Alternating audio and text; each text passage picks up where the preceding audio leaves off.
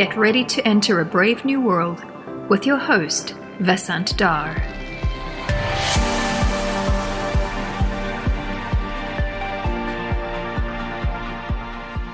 Hello and welcome to Brave New World. I want to dedicate this episode to Sunil Thomas, a close friend of mine who passed away last week after a long fight against prostate cancer. As Yogi Berra famously remarked, it's tough to make predictions, especially about the future. Sunil displayed an amazingly consistent skill at prediction, which he used to generate an annualized average return of over 25% over the last 30 years in the US equity market. If you do the math, the numbers are staggering. They make Warren Buffett's performance pale in comparison. Maybe he just got lucky, but based on my many regular conversations with him at the Bank Cafe in New York over the years, I felt otherwise. I just couldn't tell what made him unusual until I read Phil E.Tetlock's work on superforecasters. Phil has studied forecasting more systematically than anyone. By studied forecasting, I don't mean theorizing about it, but actually measuring the prediction accuracy of thousands of people across thousands of cases where the truth eventually revealed itself. The question is, how do different styles of reasoning translate into accuracy? Do some people just quote-unquote have it? Or is it what they do that makes them good? What's even more intriguing is the possibility of using such people who tend to be curious, well-informed, and facile with numbers to forecast consequences of actions that have no objectively verifiable answer. Fascinating, isn't it? I certainly think so. So listen carefully. If you're an intellectually curious person, you might learn something from our conversation that could change the way you make predictions, especially about the future. Phil, welcome to Brave New World. I am delighted to have you on the show. Oh, thank you. So, you've been studying forecasting for a long, long time. What are your super forecasters telling you about when they expect COVID to be over? A lot of people. That's a half-serious question, but I'm curious.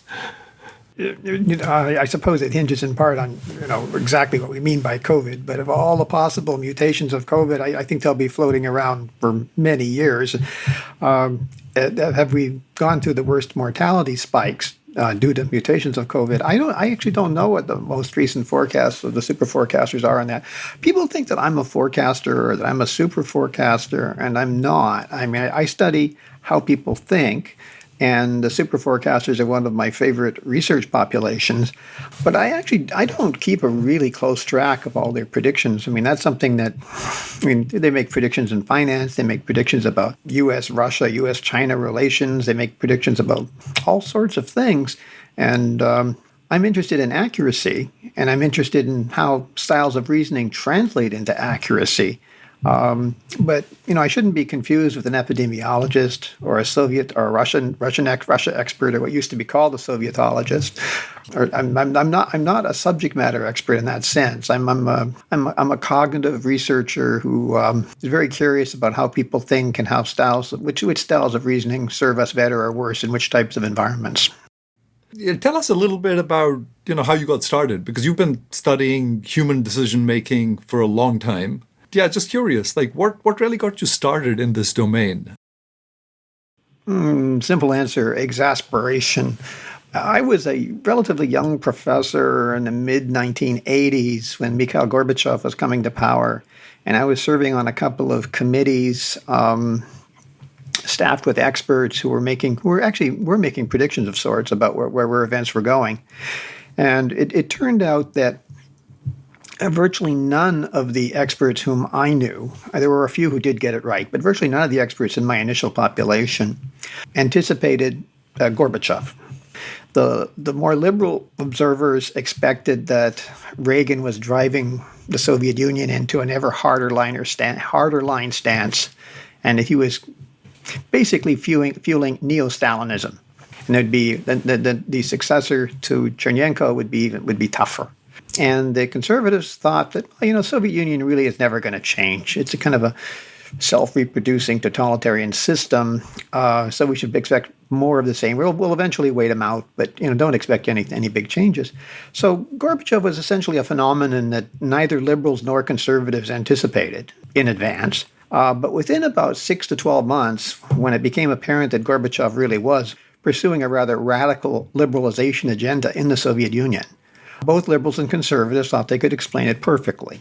The liberals thought, well, of course this is happening. It didn't happen because of Reagan. It happened because the Soviet economy was collapsing and they realized they couldn't keep going on that way. And the conservatives said, yeah, of course it's happening. But it's due to Reagan. We ratcheted up the pressure in the arms race and they're blinking. So this was the pattern that really got me started on my work on expert political judgment, and that is that very poor predictability in advance, but a lot of certainty that you can explain it after the fact. And that combination of things I found exasperating, and I found it repeatedly in several domains, and I wrote about it in a book that Princeton Press eventually published in 2005 called Expert Political Judgment, How Good Is It? How Can We Know?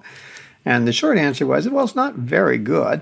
And the best way to know is actually to track accuracy explicitly. And that argument came to the attention of some people in the intelligence community who were, I think, reeling from the setbacks the intelligence community suffered, both from the 9/11 and then, of course, the false positive judgment on weapons of mass destruction in Iraq. So the intelligence community was under a lot of pressure to demonstrate a serious commitment to accuracy. And they had a new research and development branch that was housed within the new Office of the Director of National Intelligence. And that was called IARPA, Intelligence Advanced Research Projects Activity. A charismatic young program manager pioneered a forecasting tournament. His name was Jason Matheny. And my research group was one of the competitors in that forecasting tournament. And that's where we discovered the superforecasters. And you use the term superforecasters, and some people think, that means we've discovered superhumans. The term superforecaster really is a term that we use to motivate people. We wanted to give them some status. The government didn't allow us to pay them a lot of money, but we could confer status. So the people who were putting in a serious effort and were being truly thoughtful, we decided to give them a special title and call them superforecasters. But more statistically accurate terminology would be something like surprisingly consistently above average forecasters.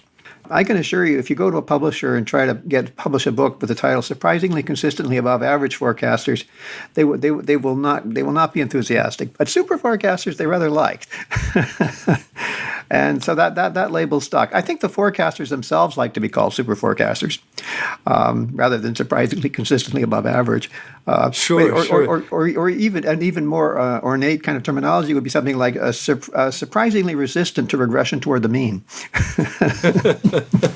You mentioned intelligence failures, and I remember Iran as well as being one of those major failures. And in fact, when I was in college, I hitchhiked from Kabul to London, and one of the places I spent a weekend was in Iran, because I had friends who went to IIT where I was studying, and there were lots of Iranian students.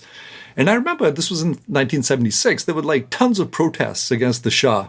And this is, several years before the fiasco. So I was surprised that the American intelligence establishment had completely missed that, because it seemed to people in Iran that, there were visible signs. And so, it's one of those things that still baffles me as to how the U.S. could have completely missed that. What's your inside story on that, since you talked to these people? Well, I wasn't working with the U.S. intelligence community in the late 1970s. I was just finishing my PhD, actually, in the late 1970s. But a person whom I admire greatly, who tragically just passed away a few months ago, Robert Jervis, professor of international relations at Columbia, he was very deeply involved in doing postmortems for the U.S. intelligence community.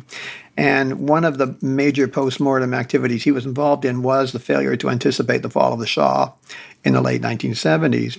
There's an old saying that when the train of history hits a curve, the intellectuals fall off. Well, revolutions are curves. It's really easy to predict continuity, the most recent rate of change, things like that. But discontinuous change is very, very hard. And if you can get early warning indicators just a month or two in advance, you're doing pretty well on things like that. I mean, there have been a lot.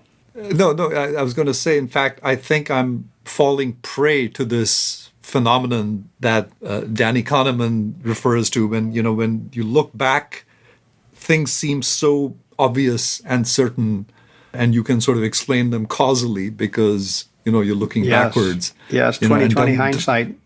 Indeed, yeah. And Duncan Watts sort of had a similar book, I recall, which was something like "Everything is obvious once you know the truth." So that's very much in the spirit of that's very much in the spirit of the observation I was making back in 1985 about how nobody predicted Gorbachev, but everybody could explain him after the fact. Indeed. So, given that your first book pointed to some real deficiencies when it comes to the ability to forecast certain kinds of events, and I must say that I've had a relatively dim view of humans as forecasters, but you've sort of changed my mind through your work, and we'll talk about this. But given that the results from your 2005 book suggest also took a pretty similarly dim view of our ability to forecast, what made you undertake this major research program that led you towards superforecasters and asking the question whether some people are better forecasters than others, right? Because I think it was assumed also in the theory of finance that, markets are efficient, people have no ability to make consistently good predictions. And certainly this was consistent with a lot of evidence around. So what made you sort of think about this problem a little differently and say, I don't know, maybe there's something there. Maybe some people have it. Well, I suppose back then I was younger and I was a competitive guy, and it was a tournament. So it was a challenge to see who could come up with the best methods for generating the most accurate probability estimates for events the U.S. intelligence community cared about. So there was the tournament aspect to it that appealed to me. But there were a lot of hints in my earlier work. You're right, does take a rather dim view of human forecasters, and especially expert political judgment. But there were some hints even in that work that there were some people who were fairly good at it. So that if you look at the averages, they're having a very hard time doing better than chance, and they're having an even harder time doing better than simple extrapolation algorithms. But there were some people who were doing fairly well. There weren't very many of them.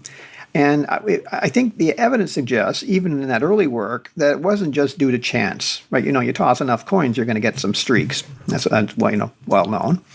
But there was enough evidence, I think, even in the early work, that the more accurate forecasters were doing some things that translated into moderately consistently superior accuracy, even up to 1, 3, even occasionally 5 years. And we coined a term for them. We went back to the work of a political philosopher, Isiah Berlin, and we talked about hedgehogs and foxes. The fox knows many things, but the hedgehog knows one big thing. The original quote from the Greek warrior poet Archilochus seems to imply that the hedgehogs will win, right? The fox knows many things, but watch out, the hedgehog knows one big thing. But you almost want to flip it. The hedgehog knows one big thing, but the fox knows many things. When you reverse it that way with the emphasis on the foxes, that actually comes closer to capturing the results we found, which were that the forecasters who had more eclectic, self-critical cognitive styles tended to make more accurate forecasts. Subject to probability judgments, where you're coding the accuracy of probability judgments, in a way we could go into if you want to. But that was the so there were those hints, and we wanted to follow up on those hints, whether we could. Whether the best forecasters in the later tournaments would exhibit some of the same thinking patterns that the better forecasters exhibited in the earlier tournaments. The results weren't totally consistent, but they were consistent enough, I think, in my mind, to justify the conclusions that we wrote about in the book Superforecasting. Let's dig into that. Towards the end of your book, Superforecasters is what I'm referring to, you refer to Danny asking you a question, which is, do you see them as different kinds of people or as people who do different kinds of things, right? And it's a really nicely framed question. And I think your answer is a bit of both. So talk about that. Like, what do these things break down into? Like, what is it about people that makes them good forecasters, and what's it about what they do makes them good? Well, not anybody can be a super forecaster, but it's actually within the cognitive reach of a surprisingly wide range of people. But it's not within the reach of everybody. I think you need to be reasonably intelligent, open-minded, numerate. So, I mean, if you can get an undergraduate degree in a field like economics, I think, and at a reasonable school, I think there's a good chance you could become a super forecaster. So it's not setting the threshold really high. I mean, the media like to jump on the idea that, some of the super forecasters didn't have technical backgrounds and still managed to do it, and that's true. They did. But virtually all of the people who did qualify as super forecasters did have did exemplify a certain pattern of thinking. They were logical, they were methodical, they were open-minded, and they were creative and open to alternative hypotheses. And they knew how to do things that Danny Kahneman in his classic work thought people had a very hard time doing, like paying attention to base rates. So let's talk about that, right? So is probability theory essential? Is it a necessary ingredient to being a super forecaster? And I don't mean that people need to sort of study probability theory deeply, but they sort of know how it works. They know what the rules of probability are. They know what conditional probability is. Are those essential elements to being a super forecaster? I think an intuitive appreciation for the rules of probability is very helpful. Is it strictly speaking, a necessary condition for doing well? Very close to that. I mean, you can't have your probabilities adding up to more than one. If you're violating basic axioms of probability, you're going to there'll be logical inconsistencies that will make it impossible to be all that accurate. So that does definitely set boundaries on performance. But they're doing things that don't come entirely naturally to people. If you ask most people at a wedding, how likely is it that a couple is going to be successfully married 5 years from now, you'll get a couple of reactions. People will look at you and they'll say, well, that's a very inappropriate question to ask. Point number one. And point number two, look at how happy the couple is. I mean, they look really happy. Of course they're going to stay married. Now, from a super forecasting point of view, response number two is pretty dumb because almost everybody manages to look reasonably happy at their wedding. No, not everybody, but about 99.9%. So that means happiness at the wedding is not very diagnostic of whether you're going to get divorced. If you want to get in the ballpark of predicting, how long a marriage is going to survive, you take the outside view and you say, well, let's look, what sociodemographic categories does the couple fall into, and what are the base rates of divorce, and say, well, it looks like about 35% over a 5 to 7 year period. Well, that's where I'm going to start my forecast of how long this couple is going to stay married. It's around 40%. And then I will adjust accordingly in response to more information about the couple. So if I learn that the groom is a psychopathic philanderer, I'll say, well, I think the likelihood of the marriage surviving is actually much less than that, down to maybe 10%, and so forth. So by outside view, you're talking about base rate. So before you start looking at the couple itself, ask yourself, on average, how many people get divorced? Right, and that's not an altogether natural cognitive response. So, but the super forecasters are in some sense committing unnatural cognitive acts. And there are two categories of unnatural cognitive acts that I've noticed them do. Well, one of them is using base rates, and the other is an unusual amount of tolerance for cognitive dissonance and arguments and counter-arguments. They're more likely to say however than moreover, for example. A colleague of mine, Chris Karvetski, just published an article in the International Journal of Forecasting using natural language processing techniques to distinguish the properties of the rationales that super forecasters generate for their forecast and the regular forecasters generate for theirs. And that is one of the things that comes out is this however, moreover ratio. They're more likely to qualify their thinking patterns with but, however, although, as opposed to moreover. I was also struck by something you said in your book, which is that, even when, these super forecasters are right, they oftentimes say, well, I think I got lucky there. That's not that common either.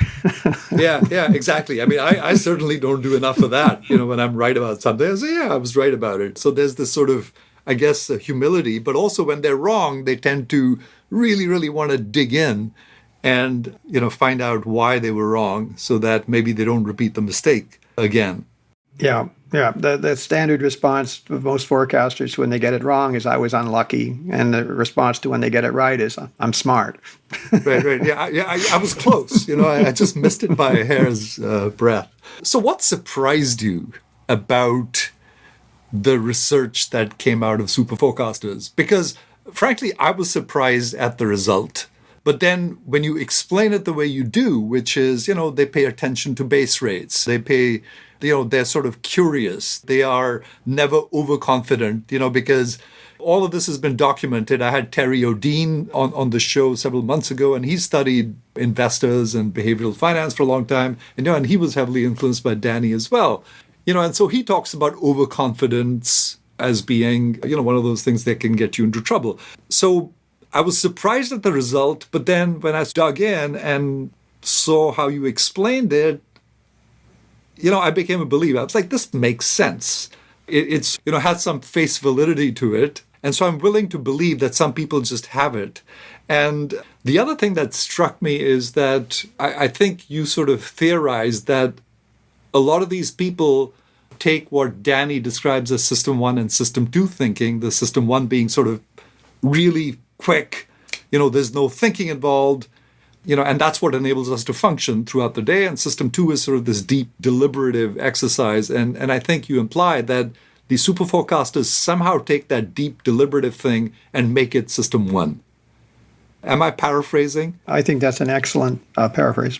I know a few people like that, where the math, like the use of base rates and probabilities, happens qualitatively behind the scenes, but they don't lose sight of the problem.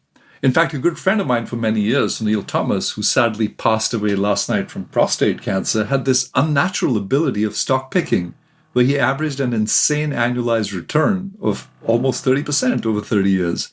I felt like Sunil just had it in terms of skill along the dimensions you describe in your work.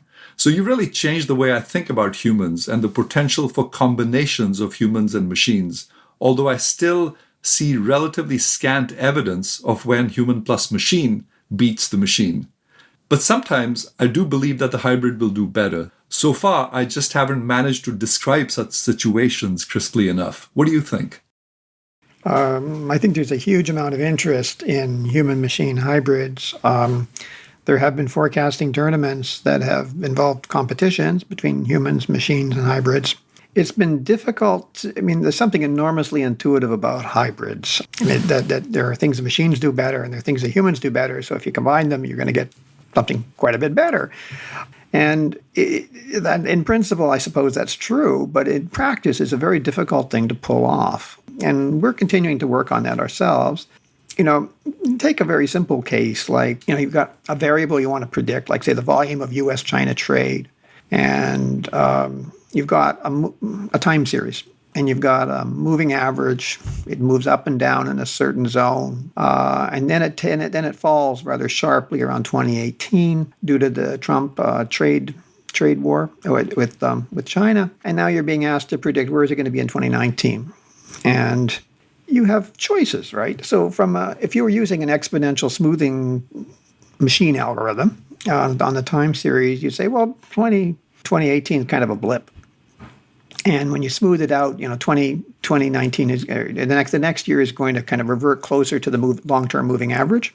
And people who are thinking more causally, more politically, more intuitively will say, I'm listening to the rhetoric coming out of both Beijing and Washington, D.C., and I think there's a lot of potential for escalation here. I think the sharp downward shift we just saw is going to keep going. It's going to keep going down. So it's like you're taking the most recent rate of change and you're doubling down on it. So this is like in microcosm. It's an example of how difficult it is. How is it going to work out? Should you go with the exponential smoothing algorithm? Works on many categories of time series in the political economic domain. It doesn't always work. It makes lots of mistakes. Like when the train of history hits a curve, the intellectuals fall off. Well, it's not just the intellectuals that fall off. It's a lot of the time series algorithms fall off too, right? So it's a matter of choosing. You're going to go with the humans. You're going to go with the algorithm. Now, in this case, the truth is sort of in between, and it didn't revert all the way up to the algorithm, but it didn't keep going down either. So you would have been better off if you'd combined the human and the machine forecast. It's like a weighted average of the two. Now, that's just a simple, isolated example, but if you could imagine doing that over a large number of cases, you could probably get some incremental forecasting improvement over both the time series and the humans if you're dealing with reasonably smart humans. And I guess it sort of depends on whether the sources of information, the human and the machine, are sort of complementary in some sense, right? They're providing independent information that's sort of additive to making the prediction, which actually gets me to a related question that I was going to ask you that slipped my mind, but I will ask this now. So I was asking you, were you surprised by anything in your Superforecasters research? The thing that surprised me was the fact that when you actually put these Superforecasters together in teams, they did even better. And somehow my prior would have been that they would somehow, regress to the mean. Were you surprised by that at all? Well, you get a lot of disagreement among people who study group dynamics about the exact conditions under which you're going to get process gain. So the big challenge when you put together a team is, will the team in its deliberations produce an answer that's more accurate than the answer you could have gotten by asking each individual member of the team before they talk to each other, gotten their judgment and averaged them. So if you have process gain on a team, you have evidence that the process of team deliberation is moving you in the direction of accuracy above and beyond what you could have gotten by simply a mechanical averaging of their pre-deliberation estimates. Now, they say that, well, you would think, well, depending on your view of what kinds of work experience you've had with teams in your workplace, some people will say, well, we can pull that off, and other people will say that almost never happens. And the people who say it almost never happens are actually closer to being right when you look at meta-analyses of the literature. Process gain is really hard to get. It's very hard for teams to be organized and to deliberate in ways that produce answers that are more accurate than the ones you would have gotten by averaging their pre-deliberation estimates. It's hard. So, the pessimist will say, well, my goodness, what does that mean? It means we're sitting around in these meetings for hours talking to each other, and we would have been better off just taking the average and going home at the beginning, right? But were you surprised by that? Teams were better than the Superforecasters individually. Well, they do help each other, and there was a lot of work, and they managed to divide the labor effectively, and they asked each other challenging questions, and they avoided the pathologies that degrade group decision making in many workplaces. They avoided groupthink. They avoided a lot of. They had a little bit of free riding, but they didn't have that much free riding either. So they avoided the twin perils of groupthink and free riding and factionalism, and they avoided the things that go wrong in groups quite a bit. And so you get a better outcome from that. So when it became clear that their teams were functioning as well as they were, I wasn't all that surprised. But ex ante, did I know in advance that teams would outperform to the degree they did? No, I didn't. Did I know ex ante in advance that the superforecasters would do as well as they did, and would resist regression toward the mean as much as they did? No, I didn't expect that. Did I expect that we'd be able to train regular forecasters and bring up their performance by 8 to 12% each year over 4 years for the 1-hour training module? No, I didn't expect that. I thought that was very unlikely, but it happened. So those were, and there were several surprises like that, and I think they're pretty replicable. I mean, it's not like one of these laboratory hothouse flowers things. These are very large N studies that are independently monitored by the U.S. intelligence community. So I'm inferring that a major factor that enabled the teams of superforecasters to pull away from the rest of the pack is not just the independence of their forecasts, which is a statistical thing, but their curiosity and open-mindedness, which enables them to build on each other's insights and create more accurate forecasts. Perhaps these qualities enable them to avoid groupthink and some of the other known perils of group decision-making. So are there lessons here for business and government leaders on how to organize teams to make good predictions?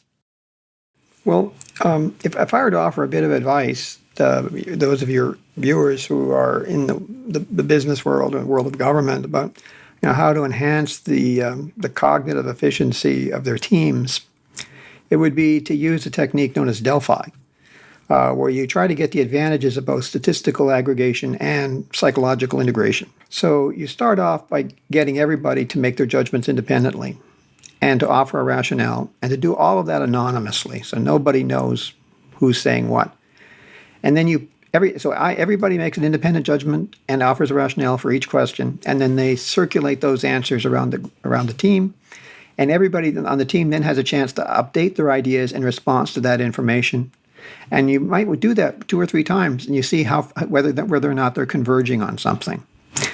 You might also open it up to allow open exchanges after 2 or 3 rounds. But you want to be sure initially that everybody, the cognitively diverse assortment of people in the team, everybody has a chance to speak. Normally in teams, when people come together, certain individuals are going to dominate the conversation, not because they are more likely to know the right answer, but because they're more extroverted or because they have higher status.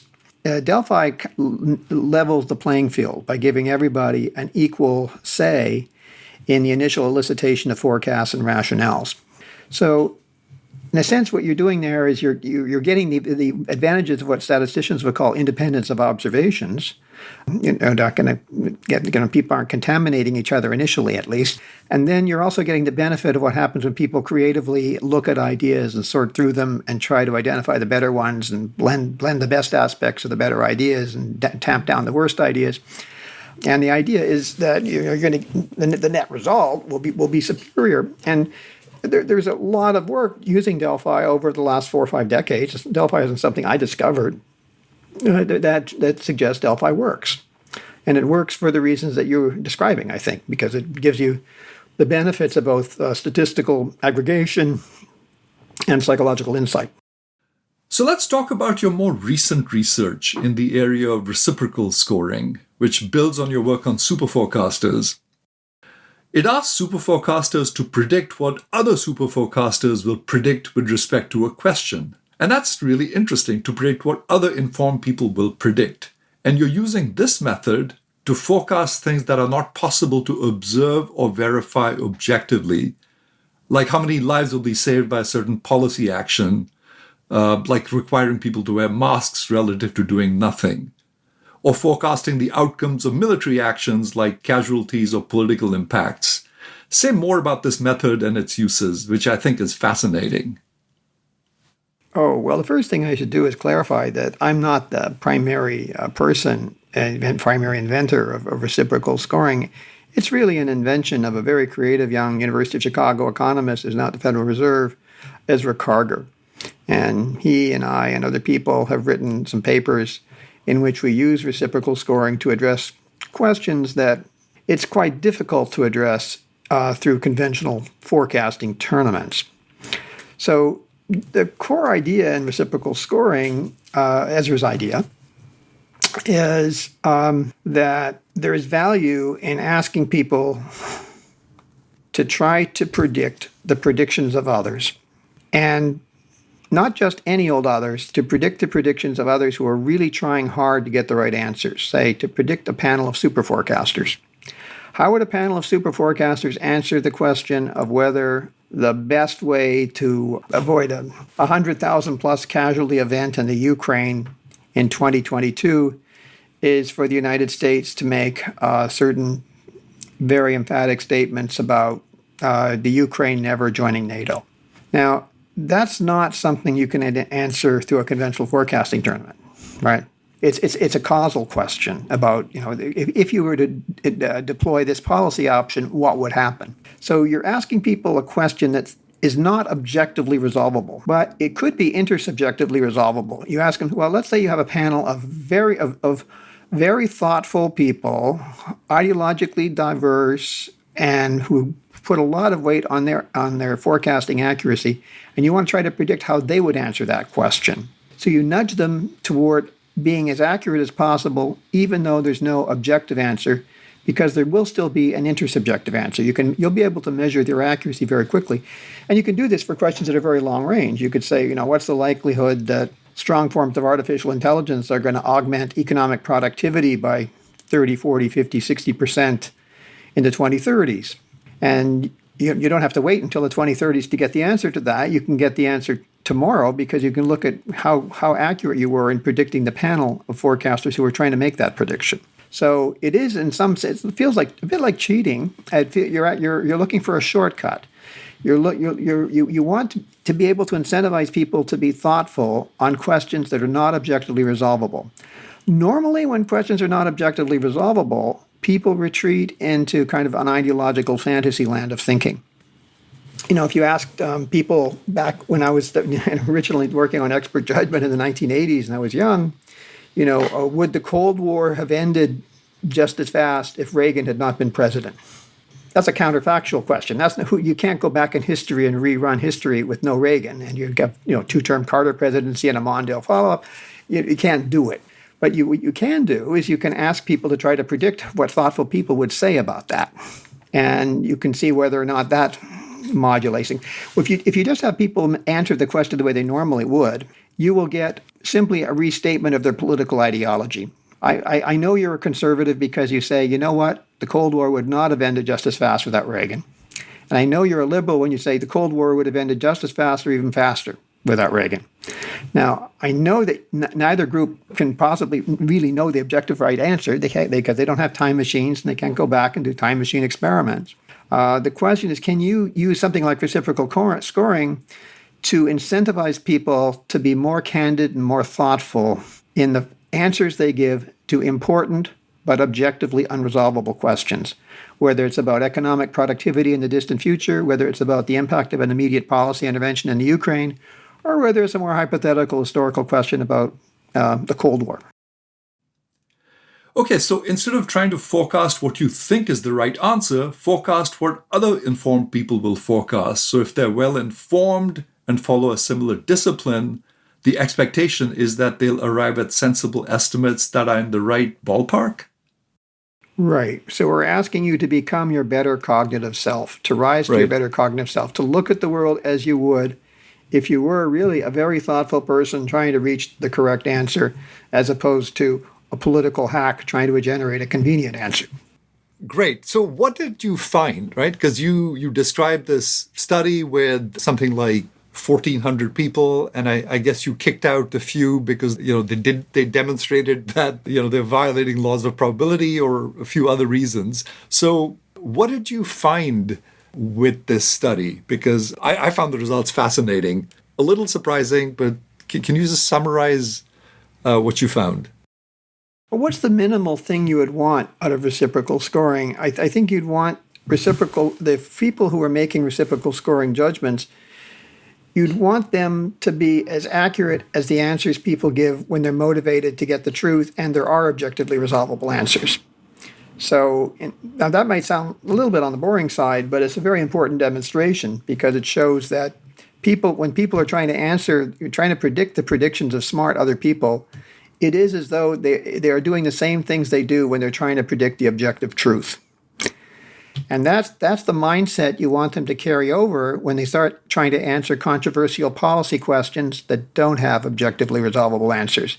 You want to be sure that mindset perseveres into domains that are easily distorted by wishful thinking, ideological prejudices, and so forth. It produces a kind of, I don't want to retreat into jargon, it produces a kind of epistemic accountability, kind of pure, you're trying to get to the truth. And I suppose it rests on the optimistic assumption that inside each of us, there is some little voice that says, think again. Right. But it also does a little bit more than that in that it first identifies these superforecasters on tasks where there was an objective outcome where you could actually score them.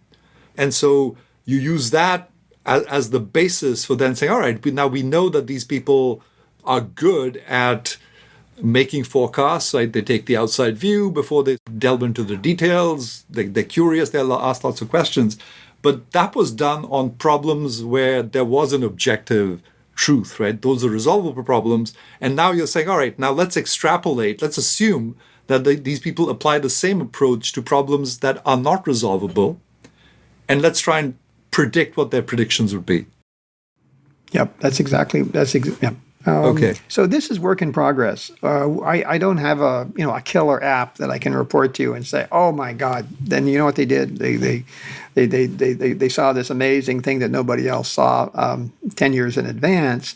We're doing that kind of work now, but we're not going to be able to make those claims for at least 4 or 5, 10, maybe 10 years. I guess underlying a lot of what I've done, I get deep down, I'm more optimistic than many of my colleagues about the possibility of improving judgment. So I've been very heavily influenced by the work of Danny Kahneman, obviously. But I would say I'm probably a little more optimistic than he is about the feasibility of improving judgment. Maybe I'm a lot more optimistic than he is. If you believe the way he does, that cognitive illusions are as tenacious as perceptual illusions, and I can show you a perceptual illusion in which one line looks longer than the other, but it's really not because of the way the arrows are pointed, like a Muller-Lyer illusion.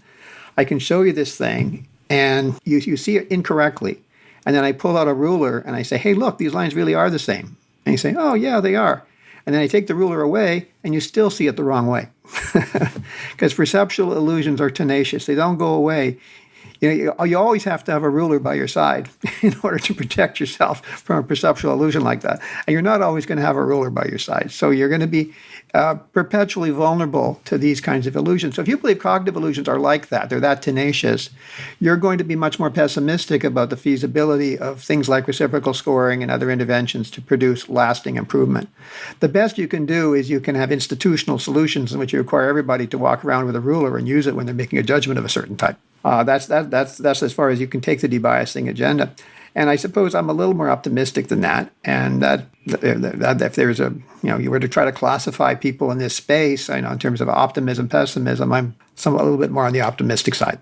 So what's the sort of smell test here that makes you more optimistic? What's the result from this latest research with Ezra that makes you more optimistic about reciprocal scoring as a way of... Yeah, I see the work with Ezra as a promissory note right now. I'm not ready to say that's the basis for my optimism. If I'm going to say the basis for my optimism comes from earlier work I've done, looking at interventions that make people more self-critical and thoughtful and more accurate. And that was true, the early work on expert political judgment, the later work on superforecasting, those things. The work on reciprocal scoring is work in progress.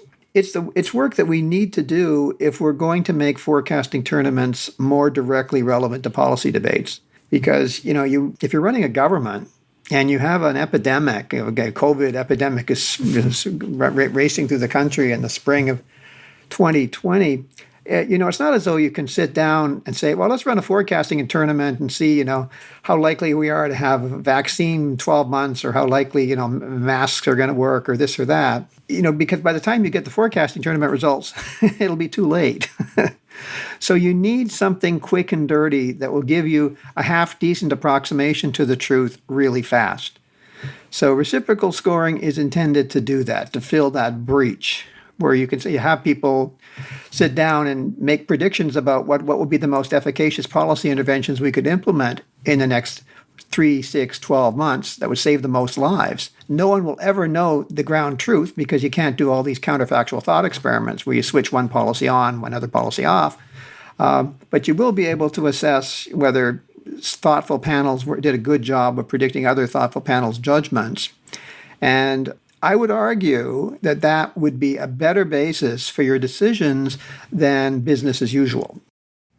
It's interesting. When I was reading the work on COVID, using reciprocal scoring for asking policy questions such as, what's the impact going to be of limiting gatherings of more than 10 people or 50 people? Or what's the impact going to be of making masks, mandatory, right? The thing that struck me is the importance of asking the right question in the first place. That all of this stuff would work really well if you could sort of just ask the right questions in the first place, where you actually have a chance of doing something about it, of making it actionable.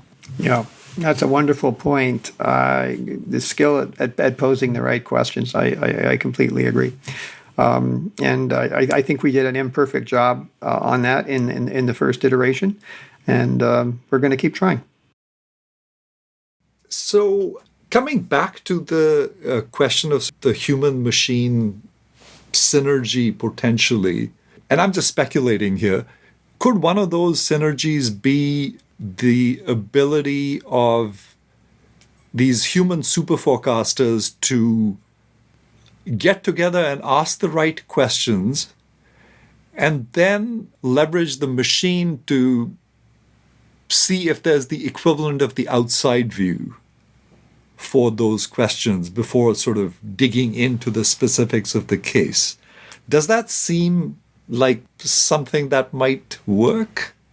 Well, you're talking about work that's right at the cutting edge of what we're trying to do and what other people are trying to do.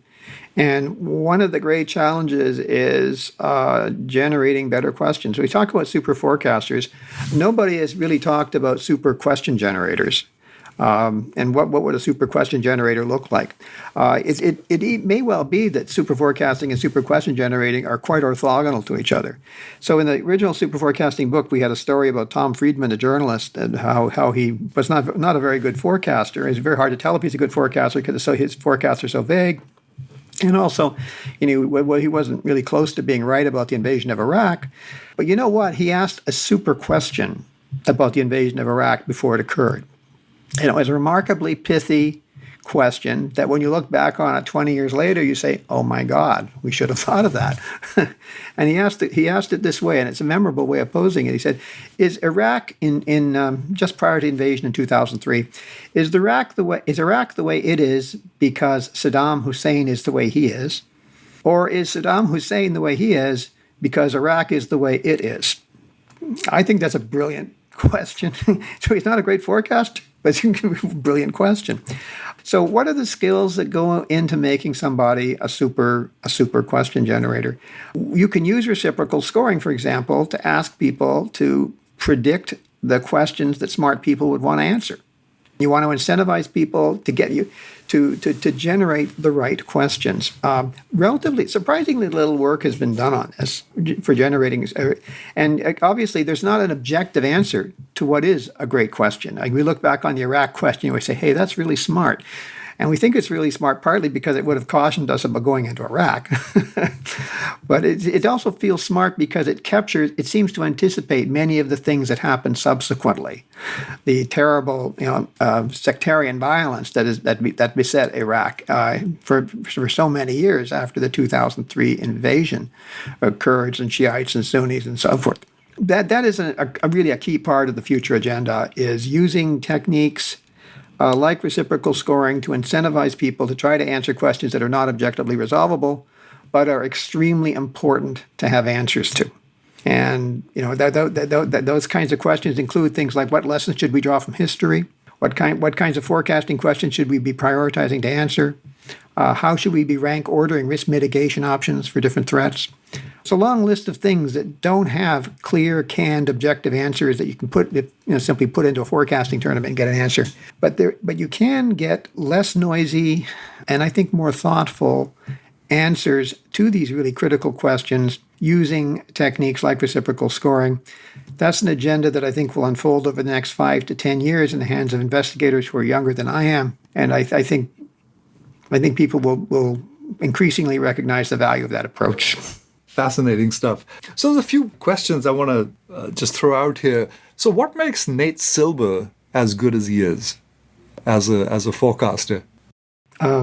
Well, I've never studied Nate Silver, so I don't really have an opinion. I think Nate Silver does seem to do a pretty good job of keeping score of himself. I don't know who else is keeping score of him or the performance of 538, but I think 538 is a very important site. I think it's really advanced the state of the art in political analysis, election analysis, and in sports. And he's made some good stabs in epidemiology as well.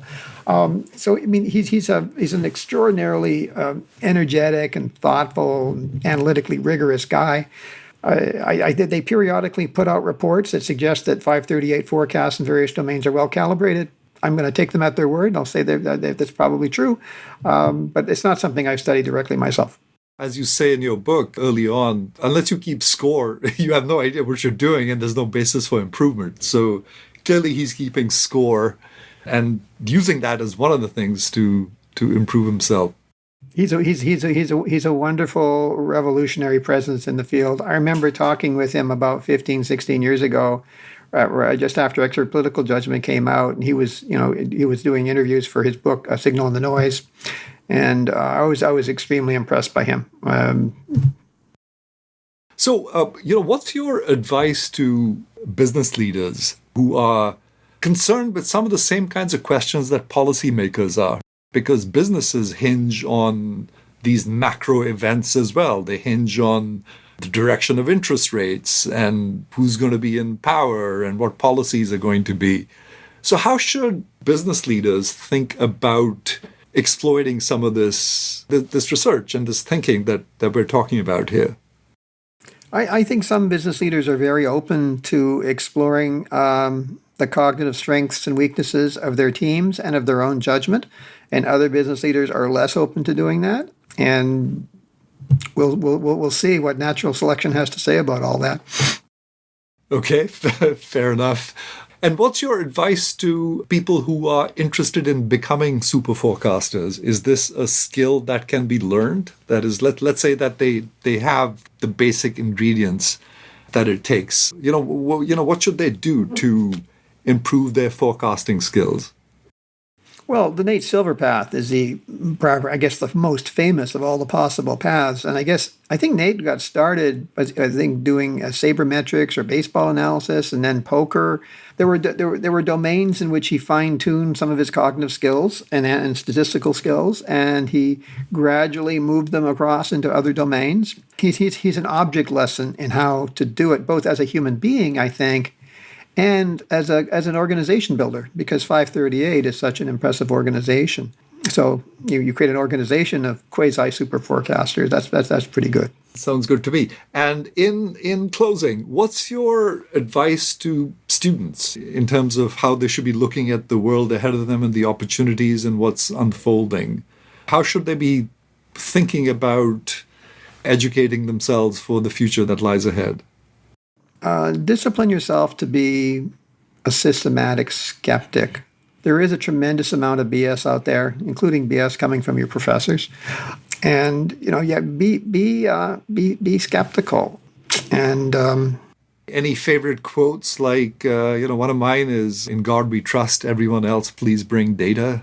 Any such advice to people?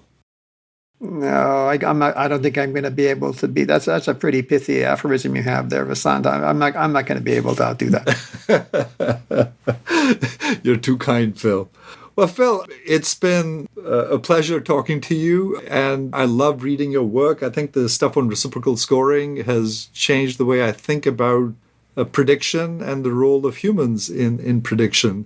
Yeah, no, and I'm really interested in sort of this interface, of humans and machines. So I hope we can continue this conversation. And here's a quick additional response to your question about skepticism and the students. And here I'm gonna plagiarize Danny Kahneman. He has a wonderful phrase. He calls it the assertion to evidence ratio. Watch out for the assertion to evidence ratio in the statements of your professors. when it starts rising way above 1. I'm gonna take some of my own lectures and push them through an NLP processor and calculate that. Now you have me worried. All right, thanks, Phil. It's been a pleasure, and we'll be in touch. Bye. Take care. Yeah.